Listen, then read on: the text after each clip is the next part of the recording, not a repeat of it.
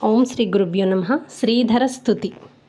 ఔషధే చింతయేద్విష్టం భోజనే చ జనార్దనం శయనే పద్మనాభం చ వివాహే చ ప్రజాపతిం యుద్ధే చక్రధరం దేవం ప్రవాసే చ త్రివిక్రమం నారాయణం తనుత్యాగే శ్రీధరం ప్రియసంగమే దుస్వప్నే స్మర గోవిందం సంకటే మధుసూదనం కాననే నారసింహం చ పావకే జలసాయినం జలమధ్యే వరాహం చ పర్వతే రఘునందనం గమనే వామనం చైవ సర్వకాలేషు మాధవం షోడశైతాని నామాని ప్రాతరుద్ధాయ పఠేత్ సర్వపాప వినిర్ముక్తో విష్ణులోకే మహీయతే.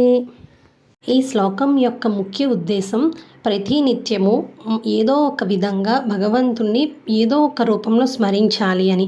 ఔషధం వేసుకునేటప్పుడు అవ్వచ్చు, భోజనం చేసేటప్పుడు అవ్వచ్చు, పడుకునేటప్పుడు అవ్వచ్చు, వివాహం చేసుకునేటప్పుడు అవ్వచ్చు, యుద్ధం చేసేటప్పుడు అవ్వచ్చు, మరణించే సమయంలో అవ్వచ్చు, లేదా దుస్వప్నాలు వచ్చిన సమయంలో అవ్వచ్చు, ఏదైనా పని అవ్వకుండా ఆగిన సమయంలో అవ్వచ్చు. అనేక సమయాల్లో అనేక నామాలతో భగవంతుని స్మరించడం అనేది ప్రతి మనిషికి ఎంతో ముఖ్యం. Subscribe my channel.